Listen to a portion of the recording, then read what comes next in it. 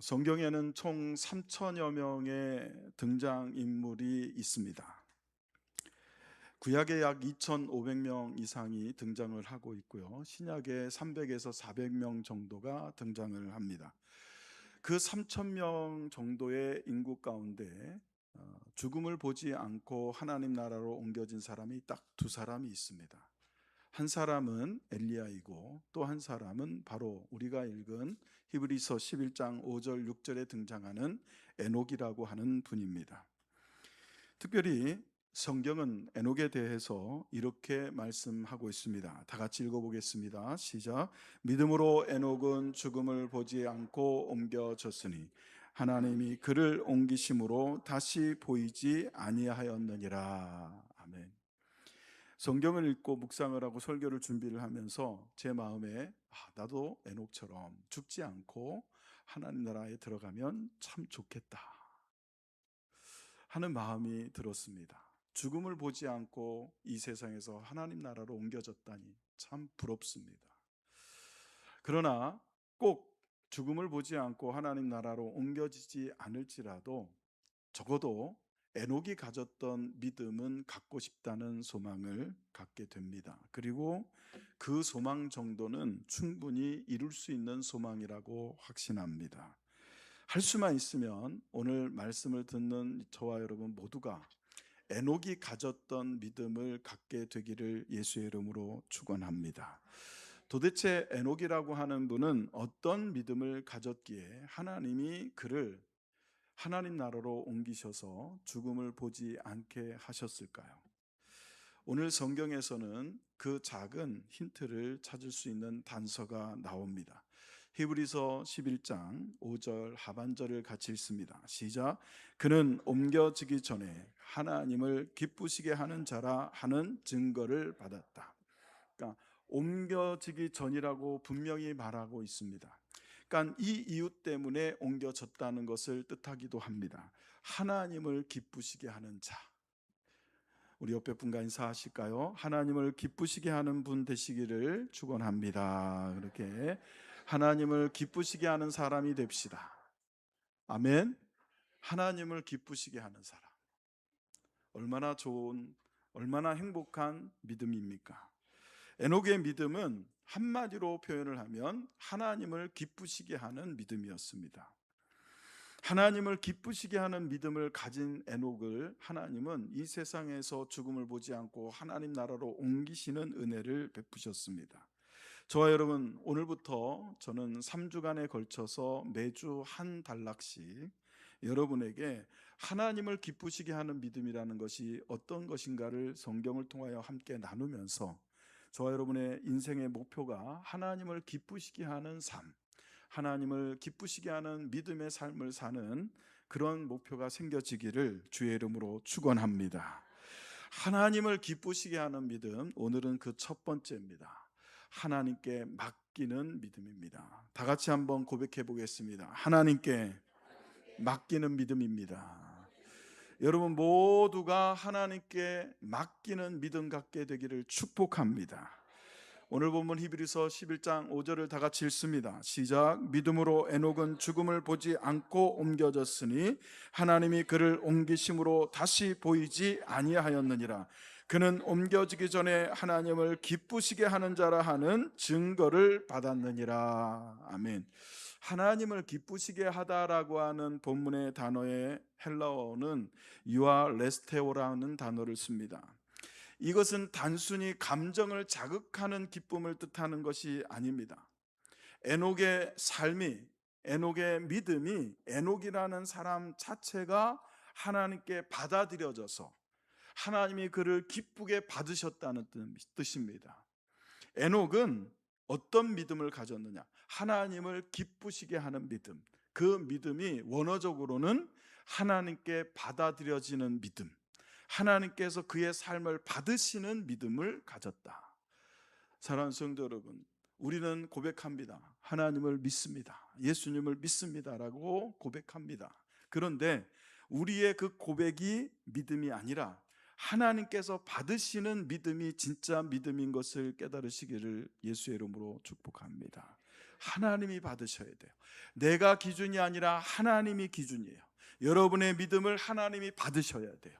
서정장로교회의 믿음을 하나님이 받으시는 교회, 여러분의 속하여 있는 예수의 가족, 예가의 믿음이 하나님께 받아들여지는 믿음, 하나님께서 인정하시는 믿음, 여러분 가정의 구성원 모두가 하나님께 받아들여지는 믿음의 소유자들이 되기를 축복합니다. 이것은 하나님께 자신을 전적으로 맡기는 것을 전제합니다. 하나님이 여러분의 믿음을 받으시려면 여러분이 여러분을 하나님께 맡겨야죠. 하나님께 여러분을 맡겨야 하나님이 받으시죠. 그렇게 하나님께 여러분 자신을 전인격적으로 전폭적으로 맡겨드릴 때 하나님은 여러분을 받으시고 여러분의 믿음을 받으셔서 기뻐하시는 줄로 믿습니다. 에녹이라는 분의 믿음은 하나님이 계시다는 걸 아는 믿음, 예수 그리스도의 이름으로 기도하는 믿음, 그리고 예수 그리스도를 믿음으로 천국에 간다는 것을 지식적으로 동의하고 인정하고 받아들이는 것에서 그치는 믿음이 아니라 정말 하나님께 자신을 맡겼던 사람, 정말 하나님을 따라갔던 사람, 정말 하나님께 자신의 삶의 모든 것을 전폭적으로 의탁했던 사람, 그 사람이 바로 에녹이었습니다. 저는 이것이 어떤 것일까? 사실은 우리는 시각적으로 청각적으로 볼 때 가장 확실하게 그리고 분명하게 알 수 있습니다. 삶의 방향과 그의 중심을 하나님께 맡긴다. 여러분의 삶의 방향이 하나님을 향하고 있다. 여러분의 삶의 중심이 하나님께 있다. 여러분, 그게 어떤 걸까요? 에녹은 그렇게 살았는데 그것이 어떤 것일까? 한 영상을 보여드립니다. 같이 보시죠. 딸을 위해 인형을 준비한 아빠. 어떤 걸 좋아할지 몰라 2개를 준비했는데 그때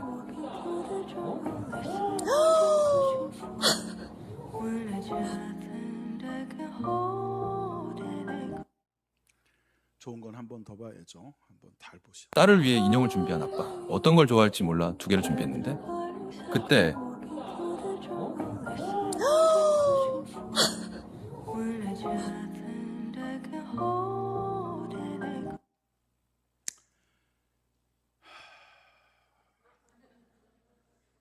우리 딸도 저럴 때가 있었는데,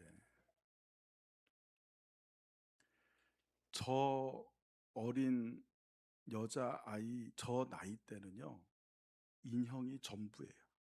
그죠? 인형이 눈에 들어올 때 아닙니까? 아빠가 아이에게 인형을 선물해 주고 싶은데 둘 중에 하나를 선물해 주고 싶은 거죠. 그래서 2개를 딱 들고 아이가 선택하는 인형을 사주려고 2개를 들고 있었던 거예요. 그런데 아이가 걸어가면서 누구만 봅니까? 인형을 보지를 않아요. 아빠만 보이는 거예요. 아빠만 보는 거예요. 그리고는 둘 중에 하나 골라 하고 이렇게 모아줘도 그걸 손으로 제끼고 비켜, 나와, 치워, 나는 아빠가 최고야. 이러니 아빠가 녹죠. 그래서 딸을 낳아야 돼요.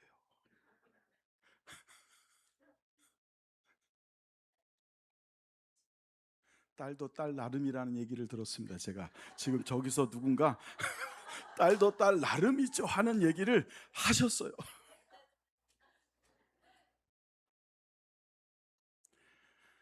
맞아요. 성도도 성도 나름인 거예요. 성도라고 다 하나님만 보질 않더라고요. 하나님 손에 있는 선물만 보는 사람들이 있어요. 하나님 손에 있는 은사만 보는 사람들이 있어요. 하나님이 중심이 아니라 하나님께 있는 선물이 중심인 사람이 있어요. 성도도 성도 나름이에요. 딸도 딸 나름인 것처럼 성도도 성도 나름이라고요. 교회도 교회 나름이에요. 목사도 목사 나름이에요. 여러분, 우리 서정장로교회는 세상의 재물도 세상의 명예도 세상의 권력도 아닌 우리 주님만 봅시다. 예수님만 봅시다. 우리 눈에는 주님만 보이는, 예수님만 보이는, 에녹은 그랬다는 거예요. 에녹은 하나님만 보이는 거예요. 에녹의 눈에는 하나님만 보이는 거죠. 그의 중심이 하나님을 향하고 있는 거예요. 입술이 하나님을 향하는 건 쉬워요. 믿습니다. 하나님 사랑합니다. 하나님 경외합니다. 얼마나 쉽습니까? 그러나 우리의 중심이 세상의 어떤 유혹과 세상의 어떤 좋은 것보다도 하나님을 향하기는 쉽지 않아요. 저 아이처럼 순수하게 아빠를 사랑해야 가능한 거예요. 저 아이처럼 순수하게 아빠를 의지해야 가능한 거예요. 저 아이는 인형을 의지하고 있지 않아요. 선물을 의지하지 않아요. 아빠를 의지하고 있는 거예요. 저는 이 아이의 모습을 보면서 윤별이가 떠올랐어요. 다 고나이잖아요.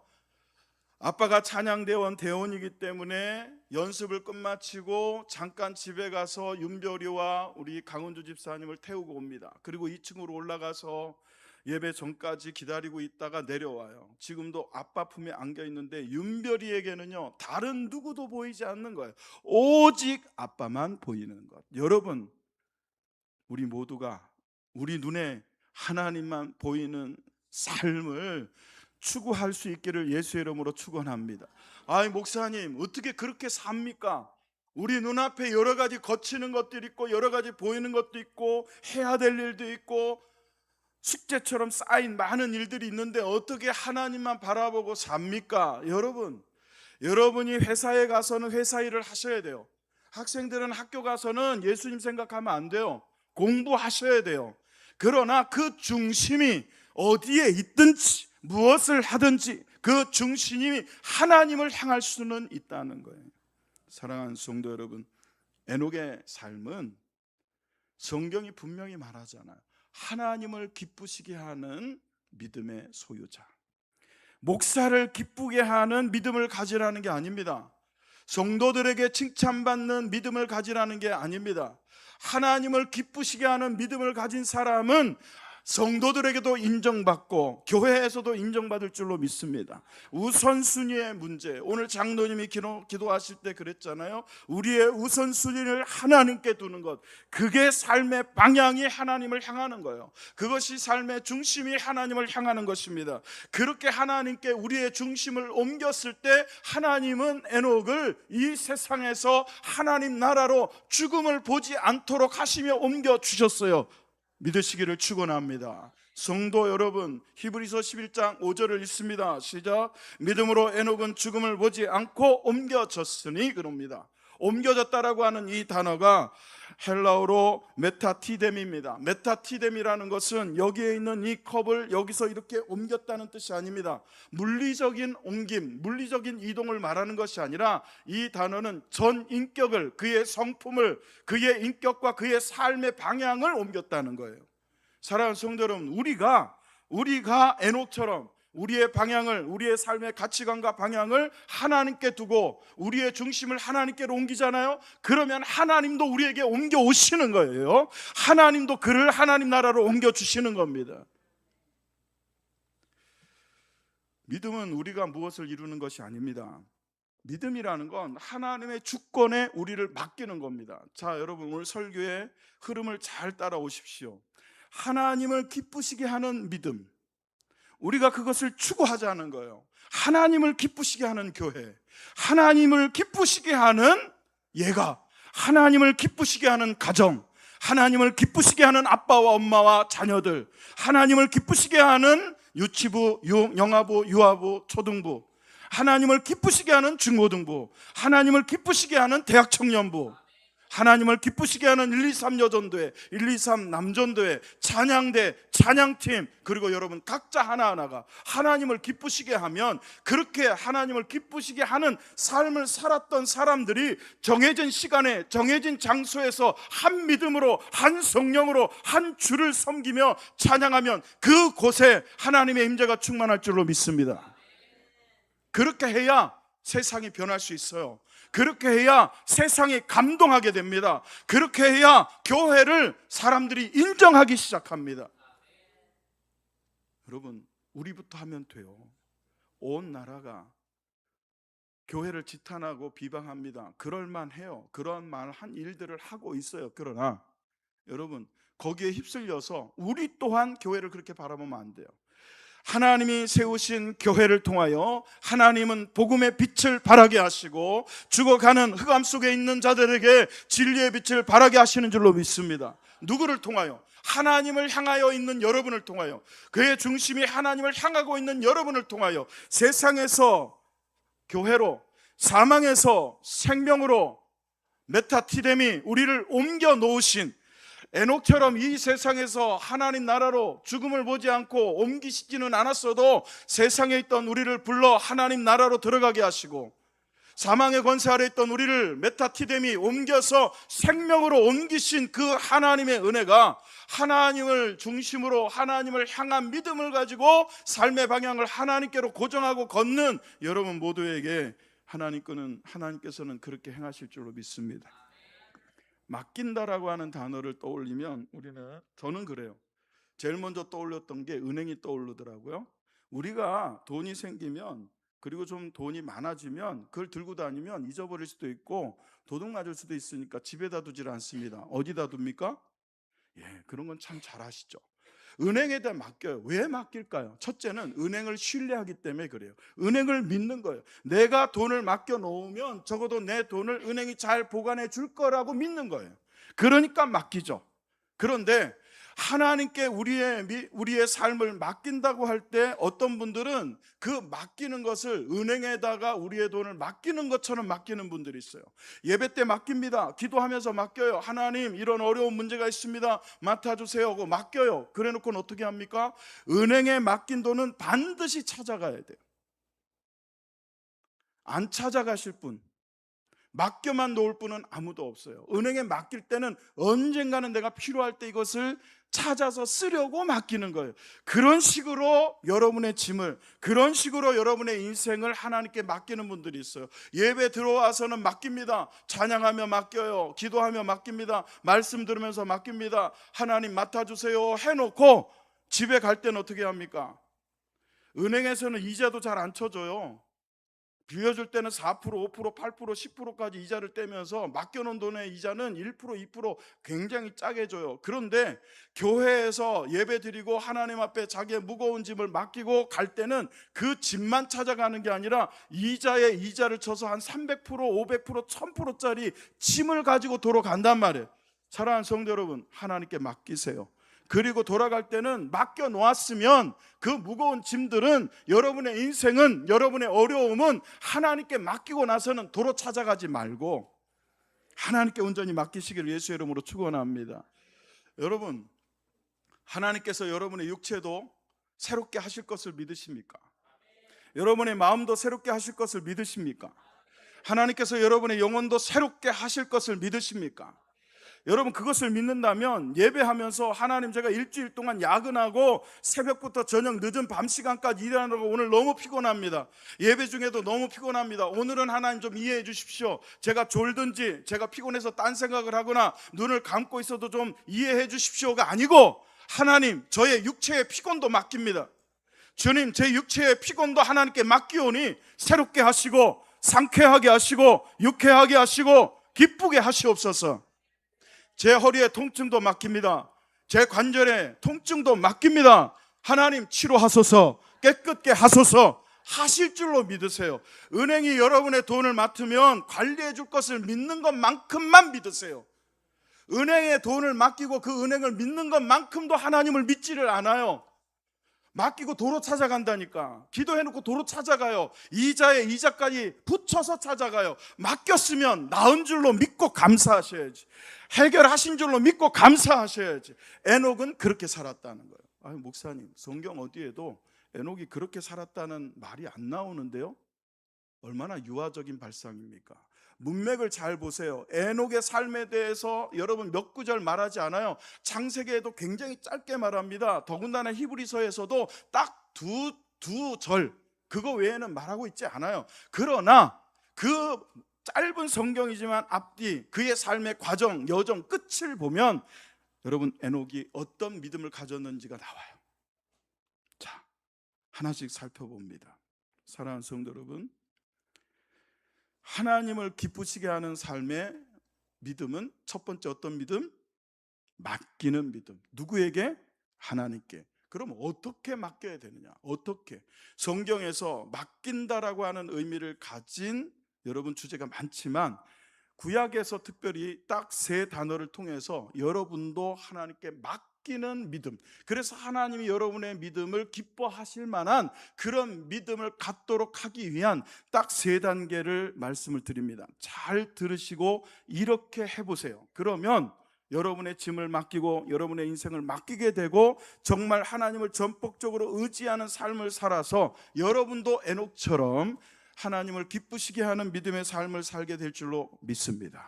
자, 첫 번째 같이 읽습니다. 시작. 내 짐을 여호와께 맡기라. 그가 너를 붙드시고 의인의 요동함을 영원히 허락지 아니하시리라. 할렐루야.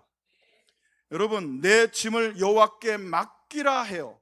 여기서 맡기다라고 하는 이 단어가 히브리어로 샬라크입니다. 샬라크. 다 같이 해보세요. 샬라크. 이 샬라크라는 단어는 던지다라는 의미입니다.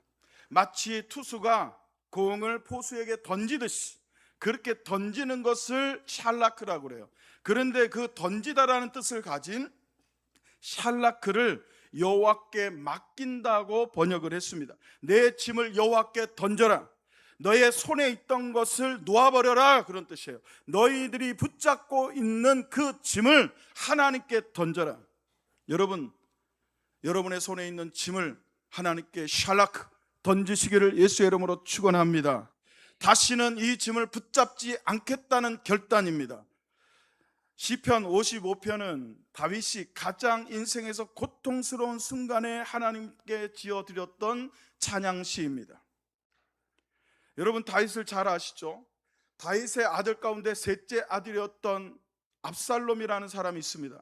이 압살롬이라는 사람이 다윗에게 반기를 들어서 자기 아버지인 다윗을 죽이고 왕위에서 끌어내린 다음에 자기가 왕이 되려고 반역을 일으켰습니다. 바로 그 압살롬의 반역의 시기에 이 시편 55편을 다윗은 지었어요. 그가 말하는 짐은 단순한 짐이 아닙니다. 여러분의 자녀가 여러분을 죽이겠다고 반역을 했을 때 그 인생의 공허함과 허무함과 그 여러분 공고한 땅에서 다윗은 좌절하고 낭망하고 엎어져 쓰러져 있는 것이 아니라 자기 스스로에게 이렇게 먼저 말합니다. 내 짐을 여호와께 맡기라. 그가 너를 붙드시고 의인의 요동함을 영원히 허락지 아니하시리라.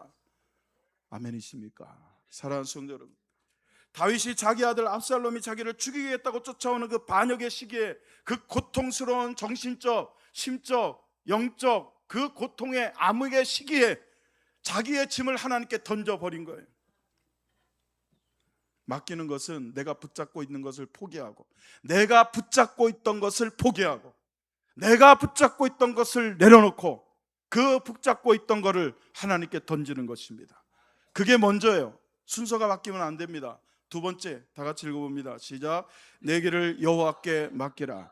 그를 의지하면 그가 이루시고. 다시 한번 읽어보세요. 시작. 내 길을 여호와께 맡기라. 그를 의지하면 그가 이루시고. 여러분, 믿음이 뭡니까? 믿음은 말이 아닙니다. 믿음은 행위입니다. 믿음은 실제로 행하는 거예요. 여러분의 길을 여호와께 맡기는 것, 그게 믿음이 있어야 맡길 수 있는 겁니다. 여기 내 길을 여호와께 맡기라 할 때 맡기라는 단어는 샬라크가 아니고 갈랄이라는 단어를 씁니다. 갈랄이라는 단어는 무언가를 굴려서 옮겨놓다, 무언가를 굴려서 여러분 보내다라는 뜻이 있습니다. 마치 예수님께서 죽으셨을 때에 십자가에서 그 시신을 내어 아리마대 사람 요셉의 무덤에 넣어 놓았는데 하나님께서 천사를 보내어 그 돌을 굴려 보내신 것처럼, 그 돌을 굴려서 무덤 문을 여신 것처럼 그렇게 굴려 보내는 것, 그게 갈랄입니다. 이것은 손에서 놓는 샬라크가 아니라 이제는 하나님께로 실제로 여러분의 짐을 옮겨 놓으라는 거예요. 하나님께 굴려 보내면, 여러분 공은요, 내가 굴려보내면 내가 원하는 대로 안 굴러가요. 볼링 쳐보세요. 누구나 다 스트라이크가 나올 것 같아도요, 나는 똑바로 던졌는데 이게 막 이리도 가고 저리도 가고 커트에 빠지고 말이죠. 빵점 나올 때가 많아요. 그러나 믿음으로 여러분의 짐을, 여러분의 인생을, 여러분의 삶을 하나님께 굴려보내면 하나님은 받으십니다. 하나님 받으셔요. 단순히 감정을 내려놓는 게 아닙니다. 갈날은요, 여러분의 방향과 삶의 계획을 하나님께 굴려보내는 거예요. 여러분 계획 세우시잖아요. 내가 몇 세에는 뭘 하고, 요때쯤 어떻게 하고, 요때쯤에는 어떻게 하고, 우리 아이가 이랬으면 좋겠고 저랬으면 좋겠고, 오만 가지 계획이 있고 뜻이 있어요. 그런데 여러분 그 뜻을 여러분이 붙잡고 있지 말고 하나님께 굴려보내는 것, 그게 갈날이고, 그렇게 하나님께 굴려보내고 하나님을 의지하는 자를 하나님은 기뻐하신다는 말이죠. 맡김은 문제 하나가 아니라 인생 전체의 방향까지 맡기는 거예요. 이 굴린 것이 어디로 갈지, 어느 방향으로 갈지 몰라요. 그런데 하나님을 향하여 굴리면 하나님은 어디서나 무소부재하시니, 영원불변하시고 전지전능하시니, 어디서나 여러분이 굴려놓은 문제를, 여러분의 인생을 잡으시고 붙드시고 해결하실 뿐만 아니라 더 낫게 하실 것을 믿으시기를 축원합니다. 세 번째입니다. 다 같이 읽습니다. 시작. 너는 마음을 다하여 여호와를 신뢰하고 내 명철을 의지하지 마라. 너는 마음을 다하여 여호와를 신뢰하라 할 때 이 신뢰하다라는 단어가 바타흐입니다. 바타흐라는 단어는 여러분 앞선 단계였던 샬라크 던져버리고, 그리고 여러분 갈날 굴려버린 이후의 내면의 상태여야 합니다.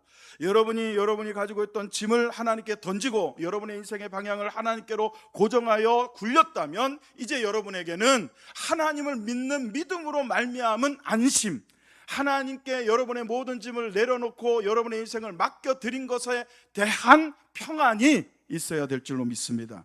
그게 신뢰예요. 진짜 믿으면.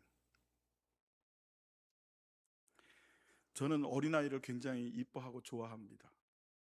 그래서 아이들 이렇게 한번 안아보고 싶어 해요. 근데 요즘 젊은 부모, 저도 뭐 그런 시절이 있었지만 이게 좀 남에게 주기가 싫어요. 주면 막 뽀뽀하거든. 볼 부비고 뽀뽀하고. 여러분 우리 교회에서요, 제 뽀뽀를 제일 많이 받은 애가 하엘입니다.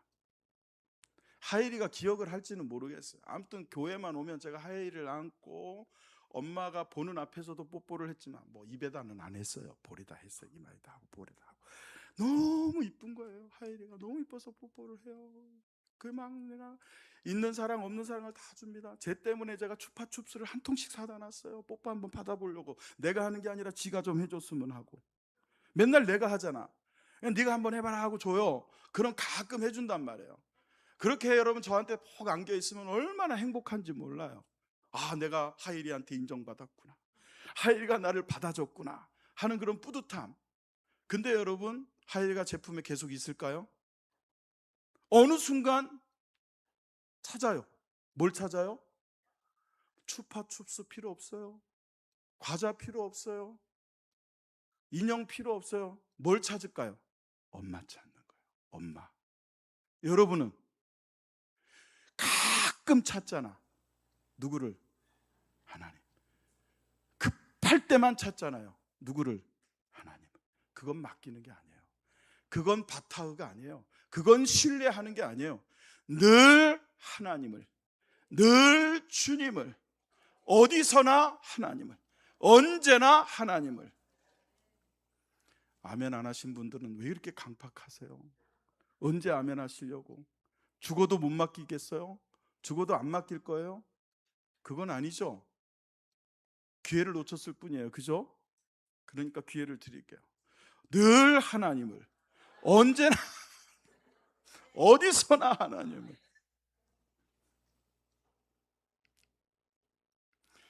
저에게 이제 등록하신 한 성도님이 목사님 설교를 들으면 졸릴 시간이 없대요.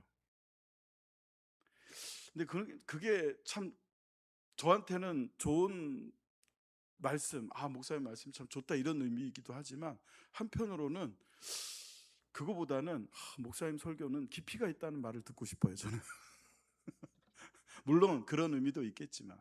할렐루야. 네, 우쭈쭈 하세요. 이럴 땐 그냥 아이 그래 먹어라 그래 너 칭찬 먹어라 해 괜찮아요. 여러분 말씀을 들을 때 그 말씀을 들을 때 믿음이 생겨요. 다른 데서 믿음을 찾으려고 물론 집에 가셔서 개인적으로 성경도 읽고 묵상도 하고 큐티도 하시고 개인 신앙생활 하셔야 돼요. 그거 하지 말라는 거 아니에요. 근데 여러분 일단 주일에 하나님 앞에서 함께 예배하며 받은 은혜를 가지고 그게 먼저예요. 그리고 개인 신앙생활을 하는 거예요. 이해가 되세요? 이게 바뀌면 안 돼요. 요즘 자꾸 이거를 바꾸려고 그래. 누가 바꾸려고 그럴까요? 하나님이? 사단이 그래요. 혼자 해라. 뭐하러 교회 가니? 혼자 예배도 돼. 골방에 들어가라 그러잖아. 골방에 처박혀서 너 혼자 성경 읽고 정모하면 그냥 핸드폰 보고 다른 교회 목사님 설교 많잖아. 좋잖아. 그거 갖고 하면 충분해. 여러분 속임수에 넘어가지 마세요. 비슷하고 좋은 것 같아요. 그 좋은 거 아닙니다. 제일 어려운 게 뭔지 아세요? 혼자 하는 거 쉬워요. 혼자 하는 거 쉽다고. 달리기 혼자 해봐요. 늘 1등이지. 안 그래? 1등 하고 싶으면 달리기 혼자 하면 1등이에요. 혼자 하면 쉬워요. 나 혼자 하면 쉽다고. 제일 어려운 게 뭐냐? 같이 하는 거예요. 같이 동행하는 거예요. 동행하는 게 제일 어려워요. 우리 장로님은 아멘 하셨지만 제가 압니다. 장로님하고 어디 같이 가보면 조경희 권사님 저 뒤에 오고 장로님 저 앞에 가 계셔. 남자들이 그래요. 남자들이 그렇잖아. 쇼핑하러 가보세요. 같이 따라다녀요 끝까지. 그런 남편은 진짜 최고예요. 쇼핑을 갔는데 카트를 붙잡고 아내랑 처음부터 끝까지 계속 붙어있는 남편 최고. 임대한 청년은 그런 신랑 되시기를 축원합니다. 여러분 그거 쉽지 않습니다. 남자들은 여러분 이마트 가고 홈플러스 가면 어디가 있는지 알아요? 자동차 용품점에 가 있습니다. 자동차 용품점에. 아니면 어디가 있는지 아세요? 안마 의자 파는 데 가서 안마 의자에 들어 누워 있습니다. 그 여자분들 혼자 돌아다녀요. 여자분들은 남편하고 같이 얘기도 좀 하고 직장 생활 안 하고 바쁜데 오랜만에 함께 쇼핑도 하면서 얘기도 하고 좀 같이 시간을 보내고 싶어서 가는 거지. 그건 뭐 시금치 사러만 가는 줄 아세요? 그렇지 않잖아. 여러분들 표정이 너나 잘하세요 표정인데 저도 그래요. 사실은 동행이 그래서 어려운 거예요. 그래서 함께 하는 게 어려운 거예요. 그래서 하나님은 함께 예배하라는 거예요. 그래서 함께 나아가라는 거예요. 혼자는 잘해요. 기도도 잘하고 말씀도 잘 읽고 뭐 성경 공부도 혼자 잘해. 근데 같이 하자 그러면 젬병이야. 아무것도 못해. 같이 하자 그러면 저 구석에 처박혀가지고 부를까봐 막 축도 끝나기 전에 막 무슨 바퀴벌레 사라지듯이 쫙 사라지고. 같이 뭐 좀 하자 그러면 오늘 또 주부 보니까 오후 예배가 또 예가별로 끝나자마자 가야지. 아니 끝나기 전에 가야지. 결단한 분들이 있을 거예요. 같이 해야 돼요. 같이 제발 같이 하세요. 할렐루야. 옆에 분에게 이렇게 고백하세요. 같이 할게요. 그러세요. 또 이렇게 인사하세요. 함께 갑시다. 같이 좀 갑시다. 자리를 잘 앉아야 돼요. 여러분, 맡기다라는 건 짐은 던져야 되고 삶은 굴려 하나님께 넘겨야 되고 마음은 하나님을 신뢰하는 상태에 머물러야 돼요. 샬라크, 갈랄, 바타흐 이 순서대로 짐이 오거든 두려움이 오거든 어려움이 오거든 던져버리세요. 하나님께 굴려버리세요. 하나님의 뜻대로 이루어지이다. 그리고 나서는 하나님을 신뢰하면 마음의 평강이 오는 거예요. 여러분 저는 궁금했어요. 이 얼마 언급되어 있지 않은 에녹의 신앙, 이 에녹의 삶이 하나님을 기쁘시게 하는 삶이라고 했는데 그럼 그가 가지는 믿음이 성경을 보니까 맡기는 믿음이었다 이거예요. 샬라크였고 갈랄이었고 바타였단 말이에요. 그러면 도대체 어떻게 그럴 수 있었을까 생각을 해봤어요. 자, 여러분 같이 읽어봅니다. 다 같이 읽습니다. 시작.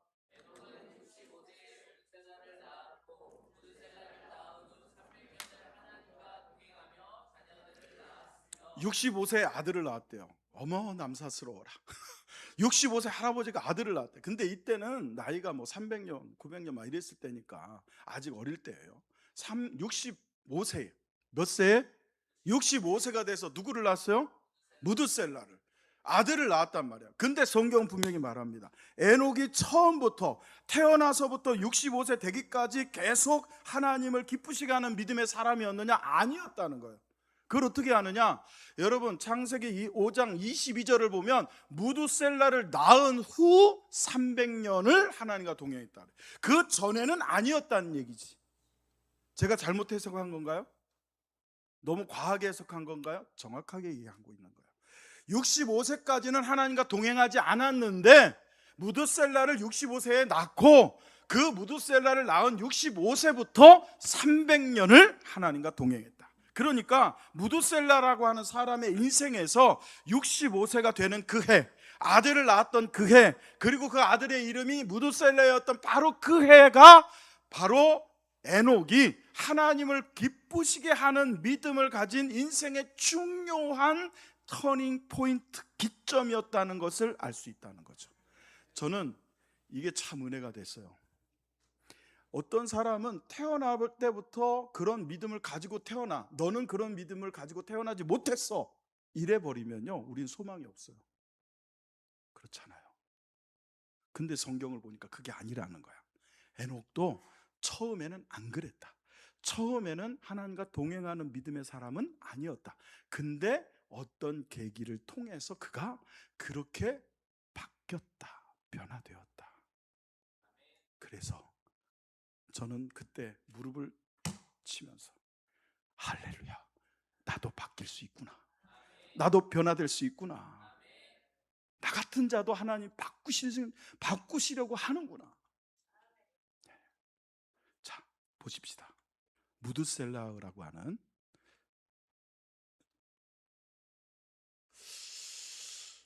여기 나오네. 메두셀라흐라고 하는 히브리어를 한글로 음역한 게, 쉽게 부른 게 무드셀라인데, 무드셀라의 뜻이 뭐냐?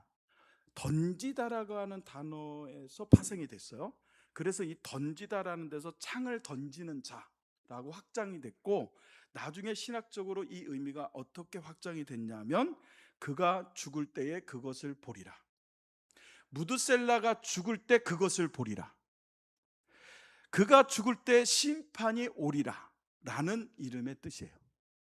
여러분, 어떤 사람이 아들을 낳았는데 아들의 이름을 그가 죽을 때, 낳은 아이의 이름을 죽을 때를 얘기를 하겠어요. 근데 에녹의 아들의 이름이 그가 죽을 때 그것이 온다, 그가 죽을 때 심판이 온다, 이름의 뜻이 그거예요. 65세의 아들을 낳고 300년을 그 아들을 낳은 후에 동행을 했는데 하나님과, 그 아들의 이름을 하나님이 무드셀라흐라고 해라, 그가 죽을 때 심판이 오리라라고 해라. 그 아들의 이름을 300년 동안 부르는 동안 그는, 에녹은, 얘가 죽을 때 뭐가 온다? 심판이 온다. 얘가 죽을 때 뭐가 온다? 그것이 온다 생각하고 기억하고 살았다는 거예요. 그러니까 하나님과 동행할 수밖에 없는 거예요. 정신을 차리게 했던 거죠. 자, 지금부터는 산수를 조금만 하시면 됩니다. 잘 따라오십시오. 다 같이 읽습니다. 시작. 무드셀라가 죽을 때 그것이 무엇인지, 무엇이 왔는지를 찾아드립니다. 자, 무드셀라가 187세에 라멕을 낳았어요. 라멕이라고 하는 첫째 아들이 무드셀라의 187세 때 낳은 아들입니다. 그러면 라멕은 무드셀라가 몇 살, 몇 년 살았을 때 낳은 아들입니까? 187년. 자, 두 번째 같이 읽어봅니다. 시작.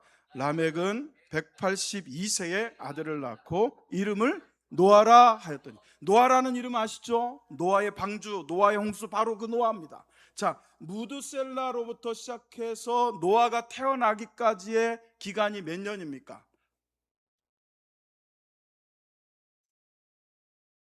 예? 자, 187 더하기 182, 369. 무드셀라가 노아를 만나기까지 걸린 시간이, 손자를 보기까지 걸린 시간이 369년. 여기까지 잘 따라오셨죠? 자, 다 같이 시작. 홍수가 땅에 있을 때에 노아가 600세라. 자, 그러면 무드셀라가 라멕을 낳을 때까지 나이가 187년 걸렸죠. 자, 여기를 기점, 요거 십자가 꼭대기. 이게 이제 무드셀라가 이제 태어났어요. 라멕을 낳았을 때가 187년. 그리고 라멕이 노아를 낳았을 때가 182년. 그럼 여기서부터 여기까지는 몇 년? 369년. 그리고 노아가 태어나고 그 뒤에 홍수가 땅에 있을 때가 몇 년? 600년. 그러니까 여기서부터 600년이 지났어요. 그러면 여기서부터 노아 시대부터는 여기까지, 홍수가 난 때까지 몇 년이에요? 총 969년. 그러면 그가 죽을 때 뭐가 와요? 홍수가 왔어요. 그러면 성경에서 무드셀라가 몇 살에 죽었는지를 확인하면 과연 하나님이 말씀하신 것 같이 그가 죽을 때에 심판이 왔는지, 그가 죽을 때 홍수가 온 게 맞는지 확인하면 되겠죠. 여러분이 내라고 안 해도 확인할 거예요. 같이 읽어보세요. 다 같이 시작.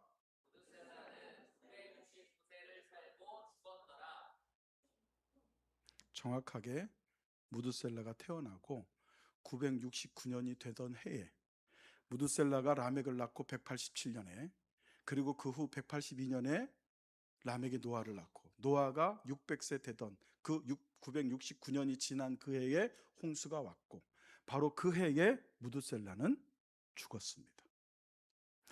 에녹이 아들이 생겨진 후에 하나님께서 분명히, 하나님은 성경에 나오지 않아요. 그렇게 기록되어 있지 않아요.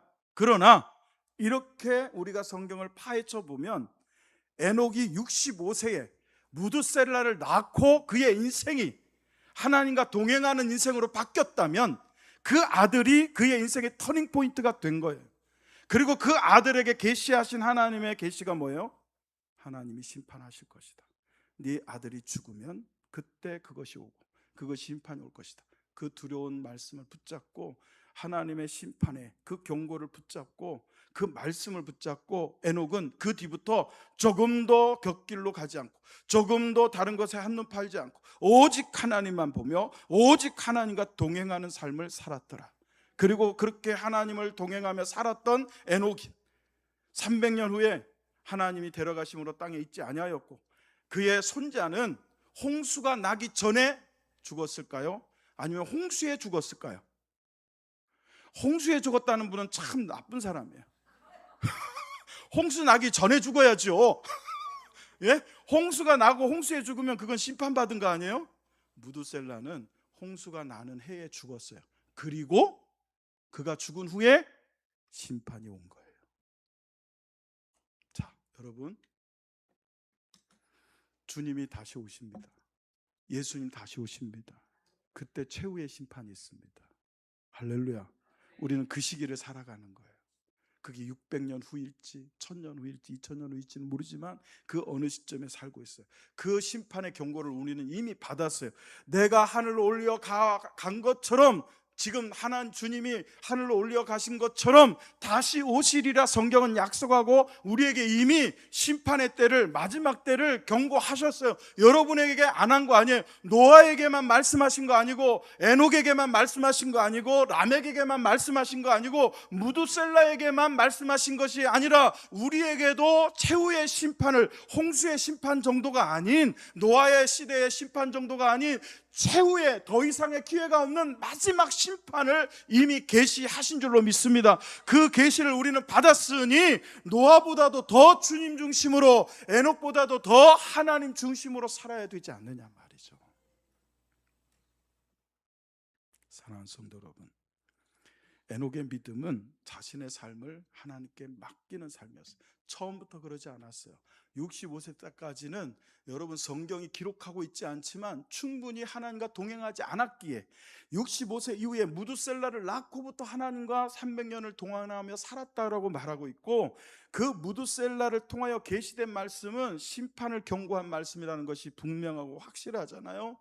그렇게 하나님께서 우리에게 말씀하고 계시니 저와 여러분 모두도 샬라크, 여러분의 짐을 하나님께 던져 맡기고, 갈랄, 여러분의 짐을 하나님께 굴려 맡기고, 여러분의 삶의 방향을 하나님께 초점을 맞추어서 바타흐, 하나님께 주시는 안정감과 평안과 평강을 누리며 사시는, 그래서 하나님을 정말 신뢰하는 믿음의 사람 되시기를 예수 그리스도 이름으로 축복합니다.